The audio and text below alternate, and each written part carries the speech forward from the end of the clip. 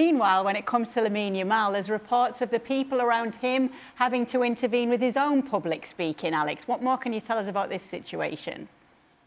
Yeah, he had this media appearance that was due to take place over the last couple of days, and it was cancelled. And the reporting is that basically there's been a decision taken at the club that they need to kind of protect him a little bit. Now, you can't take him out of the spotlight. That's literally impossible. He is Lamine Yamal. That is not an option. But I think you can try and protect him a little bit more. And there's an acknowledgement that the fact that he was kind of exposed ahead of the Clasico, going out there and giving this YouTube interview for the Kings League and saying what he said kind of about Real Madrid that then got made into a huge deal. And it was a huge deal in the end because you had Real Madrid players referring to it, explicitly around this game, and Dani Carvajal making that kind of you talk now gesture at the end of the Clasico. It got to be made a huge deal, and like I said, I think he was sort of put in a position that he shouldn't have been put in. Someone should have done a better job of protecting him in that situation. And so I think they're starting to realise that maybe it's a bit late. Maybe it's too late, but they're starting to realise that, and I think we're going to see that now going forward. A concerted effort, from the club and from people around the player as well, to protect him and to make sure that they're a lot more careful about his public appearances, public speaking, and getting control over these things, which is what you have to have when you're talking about a player that's at this level. Is Yamal fully fit right now? Does he look that to you? He may be, he may not be. Probably not. He's just coming back from injury. But to protect Lamine Yamal, using the words that Alex is talking about and Barcelona are talking about and the reports that are coming out, it's code word for shut it! Just shut it, Lamine. Nobody needs this. Hey, you don't have to go out of your way to talk about this, that, and the other. Just focus and concentrate on being the best player that you can be for Barcelona, for your teammates, for yourself. And don't concern yourself with making an appearance here and an appearance there and then talk to this person and talk to that person. You don't have to be everything to everybody. You have to be everything to Barcelona, to your teammates, and to yourself. And that's it. That's it. Up until you actually prove that you can handle all of these things that you're now juggling, that are new things in your life. Just focus on the things that you can control. And the things that you can control is your performance on the field, how you show up to the training sessions, how you show up to games, how you make a difference, because you are a game changer, because you are a difference maker, making a difference in big games. Again, it's code word for somebody in Barcelona saying, somebody's got to keep this kid from talking all that much. Not yet, not now. When he's ready, we'll get him out there. But until then, shut it. I'll say this. I'm a little bit amazed that it took Barcelona this long to... It is weird, Chet, because we've heard it before from him, and then when he's delivered every single time, nobody's as bothered, but it seems to be more of a problem now that then Barcelona lose and he's spoken. That was coming. And now, in Lamine Yamal's defence, if there is one, he's 18 years old. And while we see him as this player, and rightly so, again, one of the best players on the planet, recognising what he's able to do with the football, recognizing how much he earns in thanks to what he can do with the football. He's 18 years old. And he's probably sitting at home and watching these YouTube channels and thinking it would be great to be on there and making his TikTok videos or whatever, because he's 18 years old. Stop talking, Shaggy. YouTube TikToker that you are. No, I'm just saying. This is what teenagers do. Oh. We're fathers of teenagers. Yeah. Exactly. You're farther than me. We know what this is what teenagers do. But how he sees himself is very differently how everybody else sees Lamine Yamal.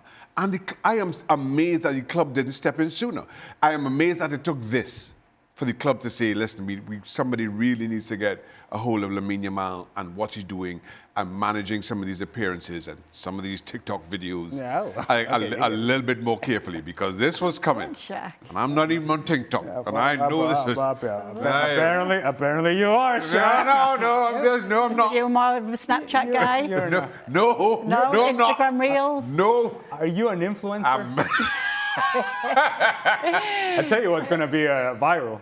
Alex's stash. Lord. Something special right there. Obviously, because there's a lot of talk about the comments. We do love the stash. Yeah, that's got his own TikTok account. Looking lovely. With his fitness, there is talk about whether Lamine Yamal is fully fit right now. What is that talk?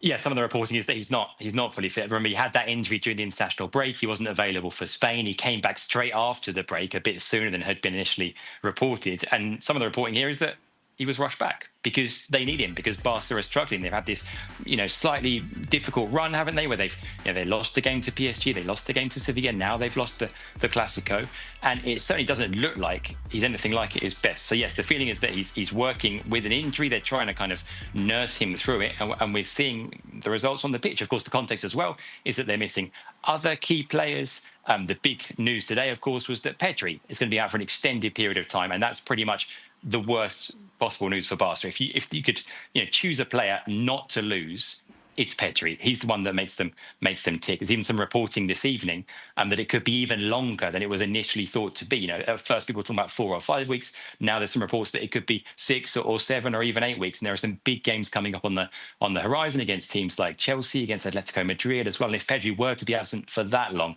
it's a huge blow, because like I say, even with Pedri, Barca were already struggling. So if you've got a not fully fit Lamine Yamal, an absent Pedri, now you're talking about pretty serious problems for Barca. Yeah, let's take a look at those games that he could miss, Ale. The worst case scenario, they are reporting up to 7 weeks without a player like Pedri. Well, as you know, Kate, this hits me on a personal level. Given that it's your son? Yes. He'll be free for Thanksgiving, though. He will be fit. No, actually, he won't be fit for Thanksgiving. He'll be free. Oh, he'll be free, yes. Free for Thanksgiving. Well, the seat's been taken by my son after he scored. All I would say is, you want to take care of Pedri, right? Because of what his injury concerns have been in the past. But while everybody else was falling apart for Barcelona, whether it was Lamine Yamal, Rafinha, Ferran Torres, Lewandowski, the one constant had been Pedri. And so if you're Hansi Flick, you were in this very difficult circumstance as a manager in which, okay, I want to give this guy a break at some point, but how can I give him a break if the team doesn't go and doesn't function without him on the field? And I don't have the resources available right now because of other injuries to actually take that chance. And I cannot take that chance because now I'm missing out on points and I am now trailing Real Madrid. And so it's the never-ending struggle for a manager and to say, how long and how often do I push this player that I know has had a history of injuries in the past, if he is everything to my team in this very moment? Hansi Flick push. And I don't blame him for it, again, given all the absences. But now we push a little too far, and Pedri not being on the field. I've been arguing that there's nobody playing that position better than him in the world currently. And now you miss on that if you're Barcelona, and it's a real struggle to think, okay, how can you make up for his absence? The answer is you can't.